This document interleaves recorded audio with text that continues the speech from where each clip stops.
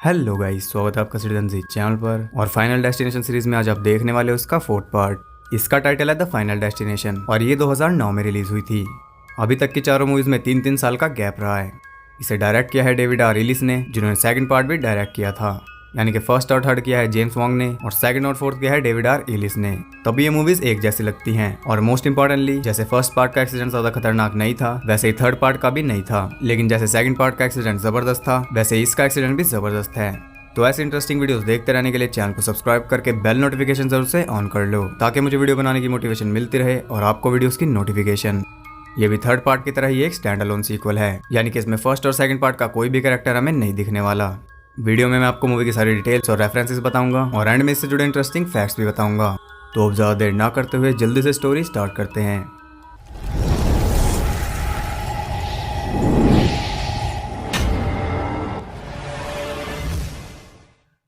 Movie start होती है पहले 3 डिजास्टर्स, यानी कि flight 180 explosion, route 23 pile up और डेविल्स फ्लाइट डिरेलमेंट के 8 साल बाद। हम देखते हैं 4 कॉलेज स्टूडेंट्स को जो कि एक कार रेस देखने आए थे। निक, उसकी गर्लफ्रेंड लोरी और उनके फ्रेंड्स हंट और जैनेट। जिस जगह वो रेस हो रही थी उसका नाम था मिकिनली स्पीडवे। आपको याद ही होगा कि पिछली फिल्म में मिकिनली एक टाउन, स्कूल और एक लड़के का नाम भी था। ये उन्हीं का रेफरेंस है, लेकिन ये मूवी उस टाउन में बेस्ड नहीं है। और जिस स्टैंड में वो बैठे थे उसका नंबर भी 180 था, जिसका मतलब आप समझ ही गए होंगे। वहाँ सब एंजॉय कर रहे थे, लेकिन निक थोड़ा परेशान था। उसे एक बैड फीलिंग आ रही थी और उसे कई सारे नेगेटिव साइंस भी मिल रहे थे। वो अपने आसपास कुछ लोगों को नोटिस करता है। उनके सामने एक काउबॉय आकर बैठ जाता है, जिसे लोरी सामने से हटा देती है। वहाँ पर एक मैक्सिकन कपल भी था, जिन्हें सिक्योरिटी गार्ड को समझा रहा था। एक मॉम अपने 2 बच्चों के साथ थी और एक मैकेनिक अपनी गर्लफ्रेंड के साथ बैठा था। निक को लग रहा था कि वहाँ एक बहुत बड़ा क्रैश होने वाला है और उसे बिल्कुल सही लग रहा था। एक कार में एक स्क्रू ड्राइवर फंसा रह जाता है, जो कि ट्रैक पर गिर जाता है। उस स्क्रू ड्राइवर की वजह से एक कार का टायर फट जाता है और वो क्रैश हो जाती है। उसका एक टायर सीधा मैकेनिक की गर्लफ्रेंड को कुचल देता है। अब सभी लोग वहाँ से भाग रहे थे। ट्रैक पर सभी कार्स आपस में कोलाइड कर रही थी, जिस वजह से उनके पार्ट्स दूर आकर गिर रहे थे और इसी वजह से वो मैक्सिकन कपल भी मारा जाता है। एक कार इंजन उन 2 बच्चों की मॉम को क्रश कर देता है। वो मैकेनिक भी भाग रहा था, लेकिन वो भी नहीं बच पाता। वो काउबॉय भी मारा जाता है। हंट और जेनेट एक साथ भाग रहे थे और वो भी सीलिंग के नीचे दबकर मर जाते हैं। तभी एक एक्सप्लोजन होता है और लोरी और सिक्योरिटी गार्ड दोनों उसकी चपेट में आ जाते हैं और निक भी नहीं बच पाता। तभी वो होश में आ जाता है। वो समझ नहीं पाया था कि उसके साथ ये क्या हुआ। तभी वो काउबॉय उनके सामने आकर बैठ जाता है। सब कुछ बिल्कुल वैसा ही हो रहा था जैसा कि उसे अभी दिखाई दिया था और इससे वो समझ जाता है कि एक्सीडेंट होना भी तय है और जिस कार की वजह से एक्सीडेंट होगा उसका नंबर है 45 और ये फाइनल डेस्टिनेशन की 4th फिल्म है। इन्हें मल्टीप्लाई करे तो 180 बनता है, जो कि फ्लाइट 180 का ही रेफरेंस है। वो पैनिक कर जाता है और चिल्लाने लगता है कि यहाँ बहुत बड़ा क्रैश होने वाला है। उसकी बातें कई लोगों को पसंद नहीं आती और वो सब उसके पीछे पड़ जाते हैं। उसके पीछे पीछे कई लोग स्टेडियम से बाहर निकल जाते हैं, लेकिन इससे पहले कि वो उसे कुछ कहते उसकी बात सच हो जाती है और अंदर सभी कार्स क्रैश हो जाती हैं। वो मैक्सिकन अपनी वाइफ को अंदर ही छोड़ आया था। वो उसके पास जाने लगता है, लेकिन सिक्योरिटी गार्ड उसे जाने नहीं देता क्योंकि पूरा स्टेडियम कोलैप्स हो चुका था। वहाँ पर एक्सट्रीम पैनिक मोमेंट चल रहा था। तभी अंदर से एक टायर आता है और मैकेनिक की गर्लफ्रेंड को उड़ा देता है और वो सब देखते रह जाते हैं। एक्सीडेंट की अगली रात एक मेमोरियल रखा जाता है उन सब के नाम पर जो उस क्रैश में मारे गए। निक और लोरी वहाँ जाते हैं। वहाँ पर उन्हें और भी सर्वाइवर्स मिलते हैं। Mechanic Andy, mother Samantha, Mexican Carter और सिक्योरिटी गार्ड जॉर्ज। कार्टर अपनी वाइफ की डेथ का जिम्मेदार जॉर्ज को मान रहा था, क्योंकि उसने उसे स्टेडियम के अंदर नहीं जाने दिया था और उसकी बातों से लग रहा था कि वो बदला लेना चाहता है। रात को निक जब सो रहा था तो उसे एक विजन दिखाई देता है और वो डर के मारे जाग जाता है। उसे कुछ भी समझ नहीं आता कि उसने क्या देखा। उधर कार्टर पूरी तरह नशे की हालत में जॉर्ज के घर जाता है। उसके इरादे पहले ही ठीक नहीं लग रहे थे, लेकिन डेथ कुछ और ही चाहती थी। उसके ट्रक में एक उल्टी घोड़े की नाल लगी थी, जिसे कि बैड लक माना जाता है और वो ट्रक को ऑन ही छोड़कर जॉर्ज के घर पर जा रहा था। तभी ट्रक में रखे बियर कैंस अचानक गियर पर गिर जाते हैं और उसका ट्रक चलने लगता है। वो ट्रक के हुक में फंस जाता है। ट्रक उसे घसीटते हुए ले जा रहा था। तभी फ्यूल गिरने की वजह से चेन में आग लग जाती है। वो बुरी तरह चिल्ला रहा था और उसकी चीखें सुन के जॉर्ज अपने घर से बाहर आता है। तभी आग फ्यूल टैंक तक पहुंच जाती है और वो ट्रक ब्लास्ट हो जाता है। निक ये न्यूज टीवी पर देखता है और तब उसे समझ आता है कि जो उसे विजन दिखाई दिया था वो कार्टर की डेथ से रिलेटेड था। वो भी सोच ही रहा था कि तभी उसे एक और विजन दिखाई देता है। विजन तो उसे दिख गया था, लेकिन उसे ये नहीं पता था कि वो किसकी डेथ से रिलेटेड है। उधर समैंथा अपने बच्चों के साथ एक ब्यूटी सैलून में जाती है। उसके बच्चे एक साइन बोर्ड पर पत्थर मार रहे थे। वहाँ एक आदमी लॉन मोवर चला रहा था और वो उन दोनों को वहाँ से भगाता है। यहाँ एक ऐसी डिटेल है जिसे नोटिस कर पाना बहुत ही मुश्किल है। उन दोनों बच्चों की टी शर्ट पर नंबर 20 और 9 लिखा है। अगर हम इन्हें मल्टीप्लाई करते हैं तो बनता है 180 और 180 का इस सीरीज में क्या रोल है ये तो आप जानते ही हैं। समंथा वहाँ अपना मेकओवर कराती है और वहाँ कई सारे ऐसे हालात बनते हैं जिनमें वो मर सकती थी, लेकिन वो उन सब से बच जाती है। वो अपने बच्चों के साथ वापस जा रही थी, तभी उस लॉन मोवर से हिट होने के बाद एक पत्थर उसकी तरफ आता है और उसकी आंख के आर पार हो जाता है। दुख की बात यह है कि वो पत्थर उसके बच्चों ने फेंका था। समंथा की डेथ के बाद निक को यकीन हो जाता है कि डेथ उनका पीछा कर रही है। इस न्यूज़पेपर पर भी आप 180 लिखा हुआ देख सकते हो। वो इंटरनेट पर रिसर्च करते हैं तो उन्हें पिछले तीनों डिजास्टर्स के बारे में पता चलता है और साथ ही उन्हें डेथ का पूरा कॉन्सेप्ट भी पता चल जाता है कि वो कैसे वर्क करती है। इंटरनेट पर उन्हें एक और थ्योरी मिली थी कि अगर वो डेथ की चेन को तोड़ देंगे तो वो रुक जाएगी, और वो इसे सच मान रहे थे, लेकिन हमें पता है कि ये बिल्कुल भी सच नहीं है। निक को एक और विजन आता है। अब उसे डेथ के ऑर्डर के बारे में पता था, लेकिन उसे ये नहीं पता था कि अगला कौन है, और ये पता करने वो जाते हैं स्टेडियम में जहाँ वो क्रैश हुआ था। वहाँ उन्हें जॉर्ज मिलता है जो कि उन्हें सिक्योरिटी फुटेज दिखाता है और उससे निक को पता चल जाता है कि अगला नंबर एंडी का है, और सिक्योरिटी फुटेज में भी आप 180 लिखा देख सकते हो। वो तीनों एंडी के पास उसकी शॉप पर जाते हैं। एंडी की शॉप पर हम सेम वैसी ही कार देख सकते हैं जैसे कि फर्स्ट पार्ट में कार्टर के पास थी। वो एंडी को सब कुछ बता देते हैं, लेकिन वो उनकी बातों पर यकीन नहीं करता। तभी एक वैन बेकाबू होकर सीधा उसकी तरफ आती है, लेकिन किस्मत से वो बच जाता है। अब उसका यकीन और पक्का हो चुका था। तभी अंदर से एक सिलेंडर आता है जिसकी वजह से एंडी के टुकड़े हो जाते हैं। अब निक उन्हें बताता है कि अगली बारी हंट और जेनेट की है, और क्योंकि वो दोनों एक साथ ही मरे थे इसलिए वो डिसाइड नहीं कर पाते कि पहली डेथ किसकी होगी। उसे एक विजन दिखता है जिससे उसे पता चल जाता है कि उन दोनों की मौत पानी की वजह से होगी। वो एक प्लान बनाते हैं। हंट के पास निक जाता है और जेनेट के पास लॉरी और जॉर्ज। जेनेट एक कार वॉश में जा रही थी और उसकी कार पर आप नंबर 4 और 9 लिखा हुआ देख सकते हो। अगर इन्हें ऐड करते हैं तो बनता है 13, जो कि एक अनलकी नंबर है। और हंट था एक वाटर पार्क में जिसका नाम था क्लियर रिवर्स वाटर। आपको पता ही है कि क्लियर रिवर्स फर्स्ट और सेकंड पार्ट में मेन कैरेक्टर्स में से एक थी। जेनेट कार वॉश में जाती है, लेकिन किसी मैल फंक्शन की वजह से उसकी कार अंदर ही फंस जाती है। वो बाहर भी नहीं निकल सकती थी और ना ही किसी को फोन कर सकती थी क्योंकि वहाँ सिग्नल नहीं थे। लेकिन इतना भी काफी नहीं था कि उसकी कार का सनरूफ भी खराब हो जाता है। वो थोड़ा सा खुल जाता है, तभी उसके ऊपर एक पाइप टूट जाता है और सारा पानी उसकी कार में भरने लगता है। उधर हंट का लकी कॉइन स्विमिंग पूल में गिर गया था। वो उसे लेने अंदर जाता है, लेकिन तब पूल में से पानी ड्रेन हो रहा था और हंट उस ड्रेन होल के वैक्यूम में फंस जाता है। उन दोनों की ही डेथ पानी से होने वाली थी और वो दोनों ही पानी में फंस चुके थे, यानी कि निक और लॉरी के पास अब बहुत ही कम टाइम बचा था उन्हें बचाने के लिए। जेनेट की कार पानी से फुल हो चुकी थी और वो किसी तरह कोशिश करके अपना सर सनरूफ से बाहर निकाल लेती है। अब तो वो नहीं मरेगी क्योंकि अब तो वो आराम से सांस ले सकती है। ऐसा ही उसे भी लग रहा था, लेकिन तभी वो रैंप चलने लगता है और उसकी कार आगे बढ़ रही थी और आगे उसे उसका अंत दिखाई दे रहा था। लेकिन लॉरी ठीक टाइम पर वहां पहुंचकर उसे बचा लेती है। वो अपनी कार से उसकी कार को रिवर्स ले जाते हैं जिससे वो उसकी जान बचा लेते हैं। जेनेट तो बच गई थी, लेकिन हंट की किस्मत इतनी अच्छी नहीं थी। निक भी उस वाटर पार्क में पहुंच चुका था, लेकिन कोई चांस ही नहीं था कि वो हंट को ढूंढ पाए, अनलेस वो ड्रेनेज सिस्टम उसके बॉडी ऑर्गन्स को सक करके बाहर फेंक दे। अब हंट मर चुका था और जेनेट बच चुकी थी, यानी कि अगली बार थी जॉर्ज की। एलेक्स के हिसाब से वो लॉरी से कुछ सेकंड्स पहले मरा था। जॉर्ज अकेला रहना चाहता था और उसे मरने की चिंता नहीं थी क्योंकि उसकी फैमिली ऑलरेडी मर चुकी थी। लेकिन निक और लॉरी को एक साइन मिलता है जिसे फॉलो करते हुए वो जॉर्ज को बचाने उसके घर जाते हैं। वो देखते हैं कि जॉर्ज ने फांसी लगा रखी थी, लेकिन वो जिंदा था।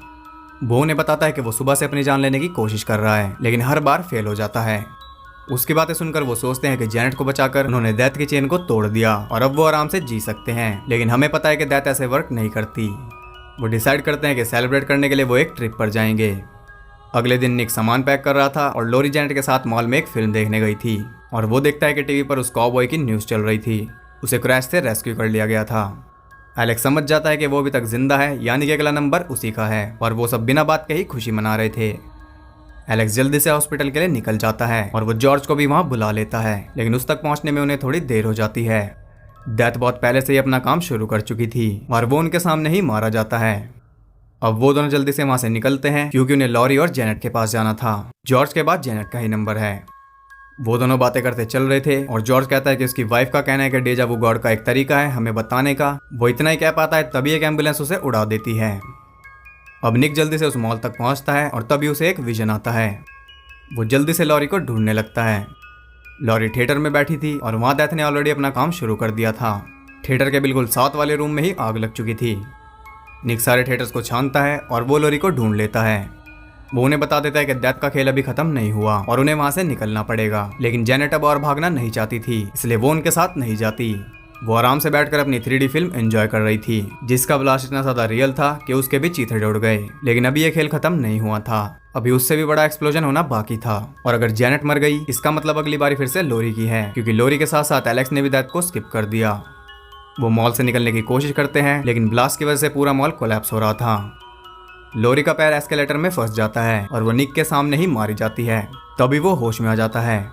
वो जॉर्ज के साथ हॉस्पिटल से निकल रहा था, उसे फिर से प्रेमोनिशन हुआ था। और इस सीरीज में ये दूसरी बार है कि किसी को 2 बार प्रेमोनिशन हुआ हो। ऐसा हमने पिछले पार्ट के एंड में भी देखा था।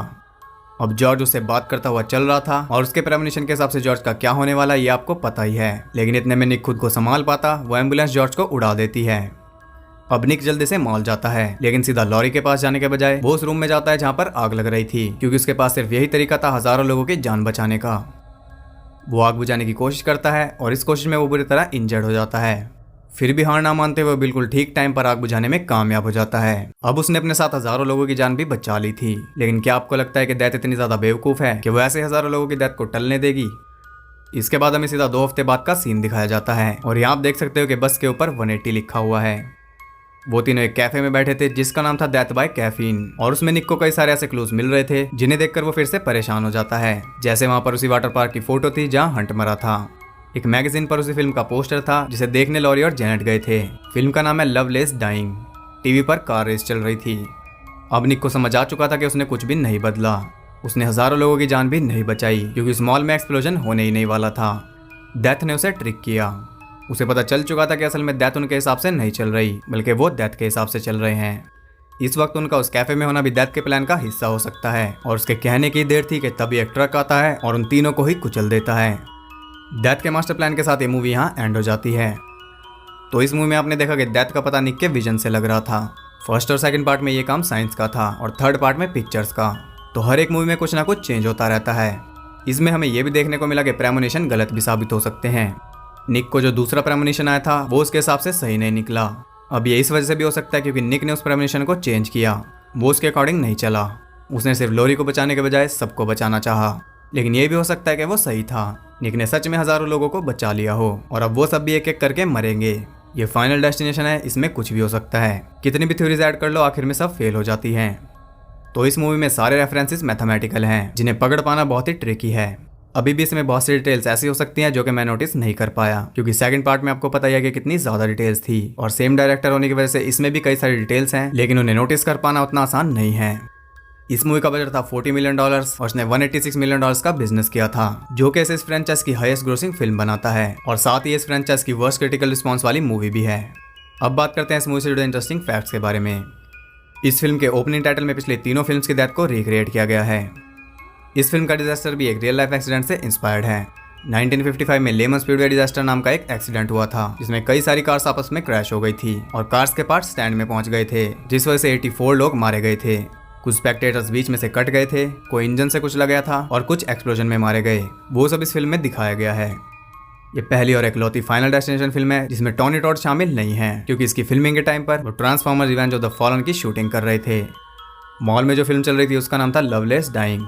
वो एक असली फिल्म है जिसका टाइटल है द लॉन्ग किस गुड नाइट। उसके क्लाइमैक्स में एक एक्सप्लोजन होता है जो कि इस फिल्म में दिखाया गया है। वो फिल्म भी न्यू लाइन सिनेमा की है। इस फ्रेंचाइज की इकलौती फिल्म है जिसे कनाडा में शूट नहीं किया गया। कॉफी शॉप का नाम था डेथ बाय कैफीन और वहाँ के मेन्यू में डेथ से रिलेटेड कई सारी आइटम्स थी, जैसे knocking on deaths door latte, iced mocha fatality, iced vanilla demise, frozen चाय कैजुअलिटी, लास्ट एग्जिट ट्रफल्स और रिवर ऑफ स्टिक्स बिस्कॉटी। मरने से पहले कार्टर हाइस पेले नाम की बियर पी रहा था और वो इसकी मौत का कारण बनी थी। ये वही बियर ब्रांड है जिसका ट्रक हमने सेकंड पार्ट में हाईवे पर देखा था और थर्ड पार्ट में उसी ट्रक ने ड्राइव थ्रू पर वेंडी और केविन का रास्ता ब्लॉक किया था। ये इस फ्रेंचाइज की सबसे छोटी फिल्म है और पूरी सीरीज की यह पहली फिल्म है जिसका म्यूजिक शिरली वॉकर ने नहीं दिया, क्योंकि 2006 में उनकी डेथ हो गई थी। और ये सीरीज की इकलौती फिल्म है जिसमें डिजास्टर के बाद ओपनिंग क्रेडिट्स दिखाए गए। ये इकलौती ऐसी फिल्म सीरीज है जिसमें पहले 4 फिल्मों में 2 अल्टरनेट डायरेक्टर्स हैं और इस सीरीज में यह पहली मूवी है जो 3D में रिलीज हुई थी। फ्लाइट 180 का रेफरेंस अभी तक सभी फिल्म में दिखाया गया है, लेकिन ये इकलौती फिल्म है जिसमें फर्स्ट फिल्म के मेन कैरेक्टर एलेक्स का कोई जिक्र नहीं हुआ। स्टूडियो ने कहा था कि ये इस सीरीज की लास्ट फिल्म होगी, इसलिए इसका नाम द फाइनल डेस्टिनेशन रखा गया। लेकिन इसके बाद एक और फिल्म बनी और अब एक और बन रही है। इसे IMDb पर 5.2 स्टार्स मिले हैं, जो इसे इस सीरीज की सबसे लोएस्ट रेटेड फिल्म बनाती है। जब जॉर्ज को एम्बुलेंस ने उड़ाया था तब वो कुछ बोल रहा था, लेकिन पूरा नहीं कर पाया। वो कह रहा था कि उसकी वाइफ कहती है कि डेजा वू गॉड का तरीका है हमें बताने का कि हम सही वक्त पर सही जगह पर हैं, और आयरनी ये है कि ये लाइन बोलते वक्त वो गलत वक्त पर गलत जगह पर था। इस फिल्म का बॉडी काउंट 11 है, जो कि पूरी सीरीज में सबसे ज्यादा है। तो ये थे इस फिल्म से जुड़े इंटरेस्टिंग फैक्ट्स। अगर आपको ये वीडियो और मेरे एफर्ट्स पसंद आए तो वीडियो को एक लाइक और एक कमेंट जरूर करना, और ऐसी ही और वीडियोस देखते रहने के लिए चैनल को सब्सक्राइब करके बेल नोटिफिकेशन को ऑल पर सेट कर लो, ताकि आपको सबसे पहले नोटिफिकेशन मिल सके। और लेटेस्ट मूवी न्यूज़ और फैक्ट्स जानने के लिए आप मुझे इंस्टाग्राम पर फॉलो कर सकते हो, लिंक आपको डिस्क्रिप्शन में मिल जाएगा। वहाँ पर आपको बहुत कुछ एक्स्ट्रा जानने के लिए मिल जाएगा। तो मैं मिलता हूँ अगली वीडियो में, तब तक के लिए सबको बाय।